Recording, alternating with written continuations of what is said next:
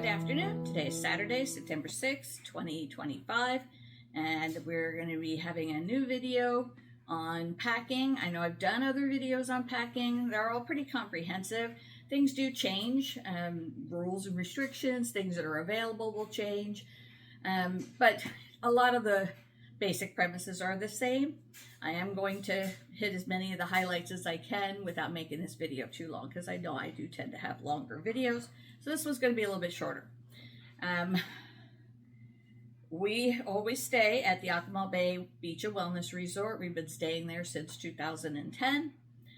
We've watched it go through many changes. We have loved nearly all of the improvements. There's a few things that we still feel like could be improved, but nothing is ever perfect, except this place really is perfect for us. And it's perfect for so many other people. I think you'll see that in the TripAdvisor reviews of the resort. I invite you to check them out, remembering that there's always going to be people that see things from a negative standpoint. There are people that cannot be pleased. For instance, people that complain about the sargassum, the seaweed on the beach. Every resort is dealing with that, and it's not just in Mexico. And there's precious little that can be done about it, except keep cleaning it up, which they do. And this resort does an excellent job of that. I've talked about the different seasons in other videos.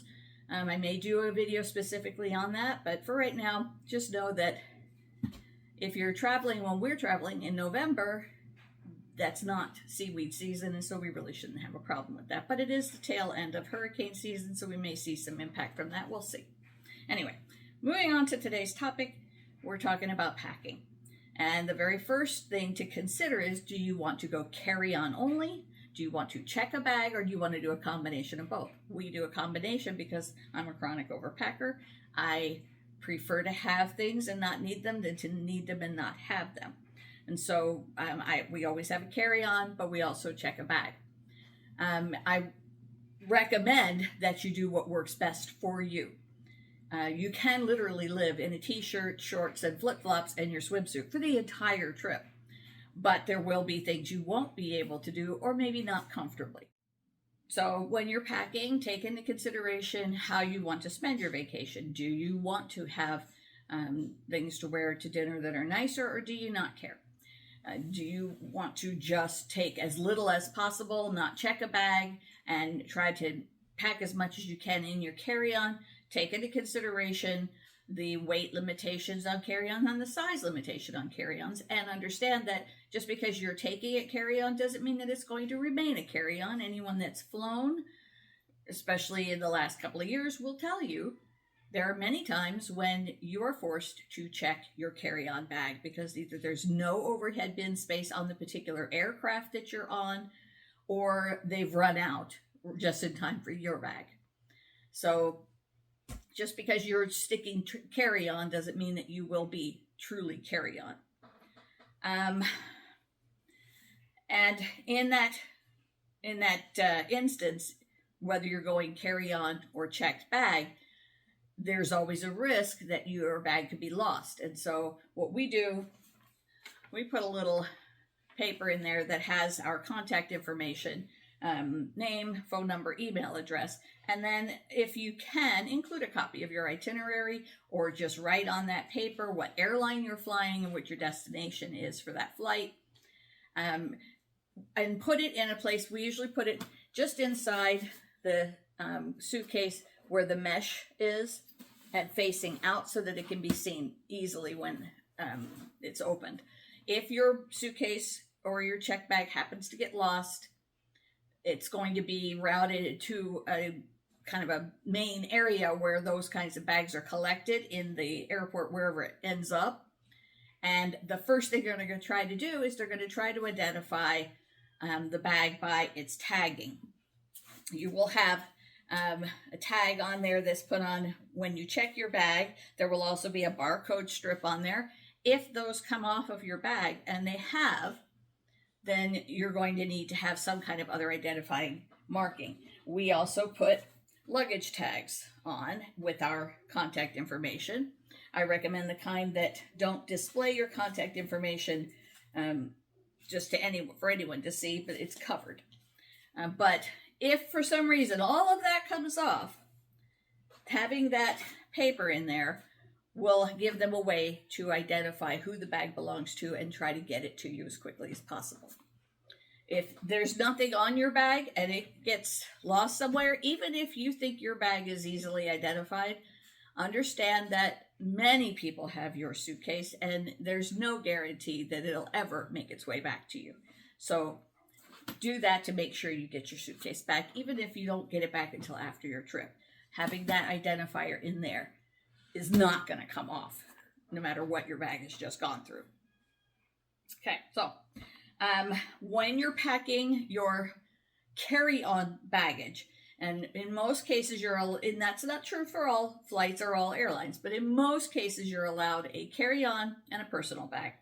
Your flight information will say what you're allowed to have. I strongly recommend that you check on your airline website under your itinerary and see what your baggage limitations are, and that includes what you're allowed to bring on the aircraft and what they're going to charge you for. And that can be a strong consideration into whether or not you go carry on or check a bag. Some people go carry on only because the airline, for instance, only charges a small amount, or they don't charge for a carry on, but they do charge for luggage. But there's problems with that too, and we'll get into that. But if you're going to take anything on the plane with you, it must first go through security checkpoints with you. And there are limitations on what kinds of liquids or gels you can bring on the plane. And oddly enough, things like peanut butter count against that amount. You're allowed to bring 1 quart-sized bag with whatever will fit in here. It's supposed to be limited on the size. It's supposed to be the approved, like 1.5 ounces, I think it is, per container, and that it has to fit in the quart-sized bag. So make sure that you use a bag that is a quart-sized bag. You can use something smaller, but if it's not see-through, they're going to have to open it to look inside. So you're better off just getting the Ziploc type bags. We don't typically bring a lot of liquids or gels on the plane with us, but if you do, just have it in there. And if you're not TSA pre-check, you're going to need to have that out and ready to be inspected, or at least accessible. If you're TSA pre-check, then you don't need to bring that out, but they could just randomly just search your luggage. So don't try to get away with anything and bringing more than you're supposed to. Some restrictions have been lifted, and I recommend that you go on TSA's website and look at what is now allowed as far as liquids and gels. I just don't want to risk it because, for one thing, it's not necessarily true of all airlines. It's not necessarily true in all airports when they make a change. For the liquids and gels rule, it should be across the board, but you just never know. And it may not also be true in the airport you're traveling back through. For instance, if you're going outside of the U.S., the airport that you're traveling through is not going to be governed by TSA. It's governed by whatever their transportation safety board is called. And so the rules and restrictions may not be the same, so check those out before you travel. Since we're going through Cancun Airport, I can tell you that that's a safe bet. And when I say mark your bags with identifying information inside, I mean all of your bags, and that includes your carry-on bag. Because again, if it gets checked, it is at risk for being lost. So make sure you identify everything. Plus, bags are often incredibly similar. A lot of people have the very same bag. And if you have something inside the bag that identifies it to you, someone else cannot claim that it's their bag. It's easy for you to be able to identify. Okay, so that's all I'm going to say specifically on security for your bags. But I will say that as far as the trip itself, I could never, me personally, I could never go for a week or 10 days in a resort using carry-on only. It would be very difficult for me because I like a lot of options to wear. I like to wear different pairs of shoes. I tend to wear a lot of different swimsuits. I wear dresses or skirts at dinner. I have a lot of things that I pack, plus all of my makeup.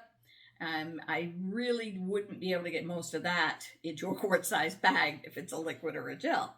So it's not something I'm going to do. And you have to take that into consideration for yourself. Before you pack the things you're going to wear and use, I always recommend try everything on one more time, at least a month before you travel. All of your shoes, flip-flops, swimsuits, dresses, shorts, t-shirts, everything that you're planning to pack, try it on one more time. Make sure you still like the way it looks on you. Make sure it still fits you.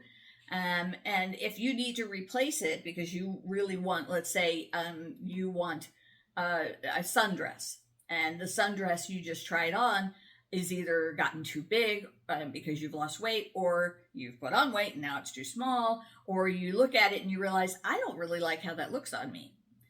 That gives you time to replace it. If you don't try it on, and especially if you don't try it on at all until you get there, but if you don't try it on until you're packing, and you're packing like a day or two before the trip, there's really not a lot of time to do anything about a lot of that. And it'll be a panic and it'll cause you stress. So save yourself some stress and make sure that everything that you're putting in your suitcase is worth its weight, because it will cause weight to your suitcase. And I put a lot of weight in my suitcases. I always stay under the limits, but I get right up to it. Make sure you're not overpacking things you're never going to use. I mean, let's say you pack 5 t-shirts, and one of those t-shirts, you never choose it. No matter how many times you go to your dresser and you're looking for a t-shirt, you never choose that one. Don't pack it. You're not going to choose it there. So definitely make sure you've tried on everything and you've made a good assessment of what you're going to use while you're down there. That said, they do have laundry facilities at the resort, but the caveat to that is sometimes they're broken. It's right on the seaside. There's a lot of salt in the air, and it does have an effect on machinery, which includes washers especially, but also dryers. And it can cause them to be down for a day or two until they can get it fixed or replaced. It's free for guest use. Just make sure that you either bring or buy some detergent and either fabric softener or dryer sheets, whatever you want to wear or use. I usually pack some. I know we're not going to do more than 2 loads of laundry max while we're down there, so I'll bring enough for 2 loads of laundry.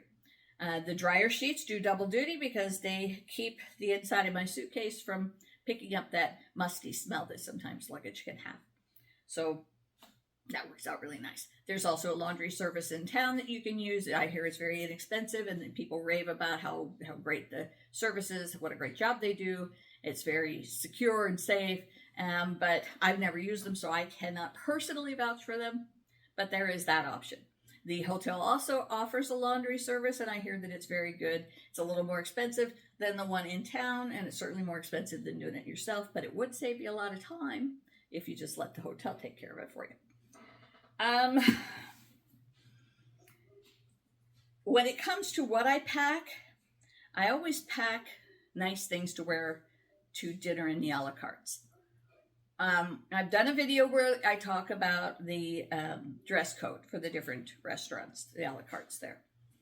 For the buffet, the only requirement is no bare feet and no wet clothes. So it includes your swimsuit. You can't have wet clothes on. But other than that, you can be in there in your swimsuit, your pajamas, shorts, t-shirt, tank top, whatever. Nobody cares. In the a la cartes, however, the gourmet is the strictest. I've not ever seen anyone ask to leave, but I wouldn't want to be the one that was. I have heard that someone was told they couldn't go in wearing what they were wearing, but I've seen people that weren't adhering to the dress code and they were in there eating. So for me, it's a matter of respect for the people that have gone to all the trouble to make that experience for us. And I just want to show that I respect them and I respect their effort to have a gourmet a la carte restaurant available to me. So we dress up nice. And that would mean for women, there's really not any guideline on that. But I like to wear nice sandals. I'll often pack, dressy sandals, um, and then you can do a cocktail dress. You can do an evening dress if you want, but that's a little much and probably a little warm in that climate. Top and a skirt, a little sundress, anything qualifies for women. But for men, they require closed toe shoes. That can be sports shoes, as long as it's closed toed, and no sleeveless shirts. So the shirts where the sleeve is cut off, tank tops, anything like that, any kind of a sleeveless shirt is a no. Now, for us, we always pack for the men those nice yoga shirts. In fact, I've got one right here, and I'm getting ready to pack. And it's just a nice linen shirt. It has a collar, but it's breathable, it's comfortable, and it goes with anything. And then also a pair of linen pants. We've gotten yoga pants off of Amazon, pretty cheap, and they look really nice. And he will wear his, his slip-ons, whatever kind of slip-ons that are closed toe that look halfway nice. We tend to dress up nice for the a la carte, so they're more than halfway nice. For the Peruvian and the Rodizio, they still want men in shirts with sleeves and closed-toe shoes, but they're not as strict about things like, I guess they're not really any less strict than the gourmet, as I recall. But then you've got the Mexican. I don't believe that the Mexican has restrictions. It's not real busy most of the time, so I don't think they really can justify having restrictions. And then, of course, the outdoor restaurants, there's no restrictions in any of those. So, yeah, I always pack at least a few nice outfits. And for me, when I say a few, I mean 8. So, but like I said, I like to dress up, but I don't want to wear the same thing every night in a row, but you can. Other than that, I like to have different choices for swimsuits. For men, you're definitely going to want to bring 2 swimsuits, because if the one, let's say you were swimming and it kind of smells funky from being in the ocean or whatever, and you don't want to wear it again until you've washed it, then you're going to want to have a backup. If it got wet and you've gone upstairs and changed to go somewhere, you come back, you want to put your swimsuit back on, but it's still wet, you've got a backup that's dry. So I recommend bringing 2. That also applies to things like flip-flops and sandals. The rule again is that I always adhere to when it's something that I cannot do without is 2 is 1, 1 is none. If you have 2 pairs of flip-flops and one pair blows out for some reason, the little thing comes out and you can't get it to stay in, well, now if you had 2, you've got another pair, so you've got 1. If you had 1 pair and it blows out, you've got none. So consider, can I live without having this thing, or do I want to have a backup? I recommend having 2. Other than that, you can wear whatever you want down there. You're mostly going to be in t-shirts, shorts, tank tops, flip-flops, your swimsuit. You're going to be living in things like that for the whole trip, for the most part. In the evening, they do have dancing. I like being a little dressed up in the evening. I just feel nicer. And that can mean almost anything to anybody. However you would go out to go dancing, wear that. Just keep in mind that it is humid, even in the evening, so take that into consideration. Also on the note of clothing, traveling clothes should be something that if you take into account the remote possibility that you would have to evacuate that airplane, what is going to be best to wear in that scenario? if you've got one of those flowy skirts or dresses on, or a top with flowy sleeves, there's a really good chance that's going to get caught on something while you're trying to panic evacuate. If you've got on a skirt or shorts and you're going down that airplane chute, I hear that they get pretty hot and you're going to be sliding down it. So more power to you.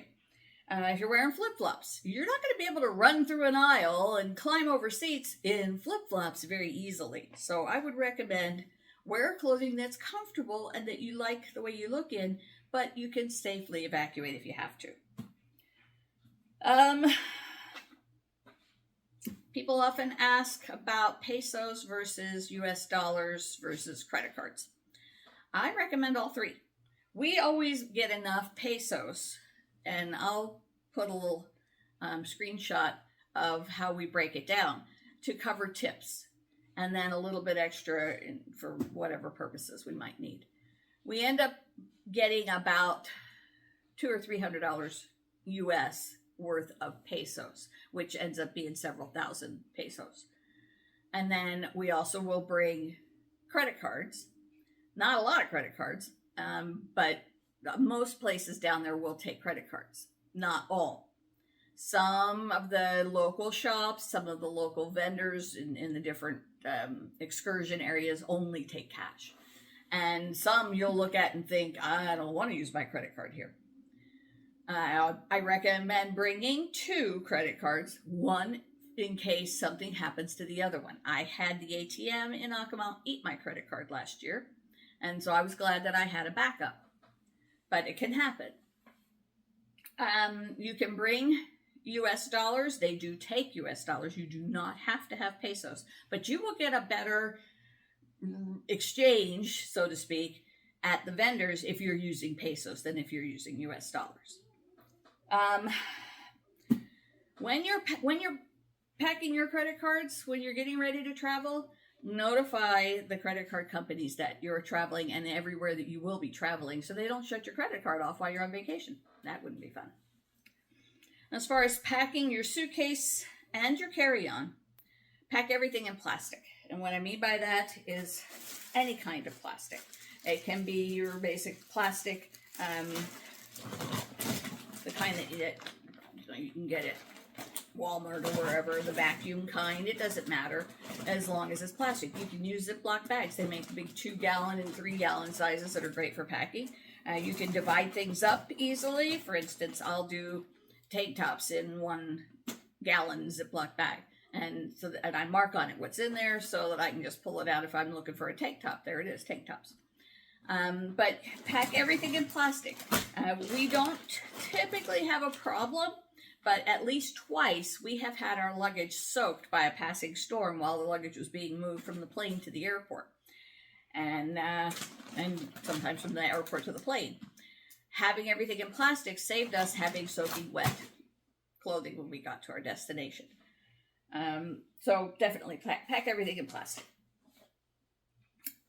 When you have more than one checked bag, I recommend dividing what you can throughout the 2 bags. For instance, if you're traveling with a traveling companion, have half of your stuff in your suitcase and half of their stuff in your suitcase and vice versa, so that if a suitcase gets lost, you have some clothes to wear when you get there, because the odds of both of them being lost it's not as common as having just one lost. And then remember your weight restrictions. Every airline has its own policies and not all are the same. So check the airline that you're flying and what their weight restrictions are for your particular itinerary. For instance, domestic flights, those that are within the United States, will have a different weight restriction than international flights. Make sure that you're looking at every flight. If you have a connecting flight, if you have a return flight, it may be on a different kind of aircraft, and that will change the weight restriction that's allowed. So check out your entire itinerary, make sure that you're within the weight restrictions for your particular trip. You wouldn't want to get to the airport and find out you've got to pay an overweight baggage fee, because they could be hefty. Other than that, I think I pretty much covered everything. I know that in the rooms they do have USB chargers. They've got a lot more technology in the rooms at Akumal Bay than they ever used to have. But I always bring a spare little outlet like that. It has regular plugs and it has USB plugs. The plugs in Mexico are compatible with our electronics and our plugs, so you don't have to worry about that. There's everything you need in the hotel room. There's shampoo, body wash, lotion, bar soap, these loofah things that they provide, but they do not have conditioner. So if you use conditioner, make sure you pack it. They don't typically provide you with a lot of other amenities. It's just going to depend.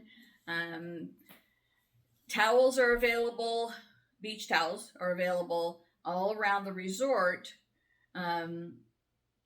just on these stands all around the resort. So you can always get fresh, clean towels. They ask you that you limit it to 1 or 2 towels per person. That's a nice way to make sure everybody gets a towel. They have plenty of linen service, and anytime you need anything, make sure that you call the front desk or call the housekeeping service and ask for whatever you might need. They have a pillow menu. You have a specific kind of pillow that you need or want, just call them up and they'll get you your pillow. They had aromatherapy last time we were there, so hopefully they still have that. That's always nice to get.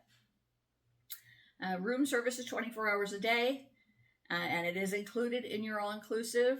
Yoga is included, stand-up paddleboarding, beach volleyball, all of your alcohol, everything in your mini bar is included in your all-inclusive. What's not included is the spa services. They are extra, and so you're going to want to look at the spa menu when you get there, or you can go on their website and look at it in advance and plan for something like that. Other than that, I think I've covered everything I needed to for packing. If you have any questions, shoot me a question. I'll be sure to answer it. Check out my other videos. I have a lot of good information on traveling in and out of Mexico, how to book your trips, what rooms to look for, the layout of the resort, what there is to do in the resort, what there is to do off the resort. Just check them all out. For the most part, things haven't changed. There may be a few things here and there. And for instance, visit tax is a relatively new thing in the last couple of years, and you can pay that. A lot of times the airlines will take care of that for you. You pay it through them. Sometimes they won't, and so you may have to go on the Cancun Airport official website and pay it there. But you do need to pay the visit tax before you leave Mexico. And it's not a lot, but it's something that you will have to consider. For transportation, we always use USA Transfers. There are other good transportation companies, but that's our favorite. It's a private van, takes you straight to your hotel or resort and doesn't stop anywhere else. It's clean, air conditioned, good competent drivers, and for the most part they speak really good English. They'll make a stop if you prearrange it, or they'll ask you when you get in if you need to make a stop. So yeah, that pretty much takes care of everything that I could think of for this video. Check out my next one that's going to be coming up. I'll get this one uploaded just as fast as I can. And if there's any topics that you would like to have me cover, let me know, and I'll pop a video up for you. In the meantime, happy travels.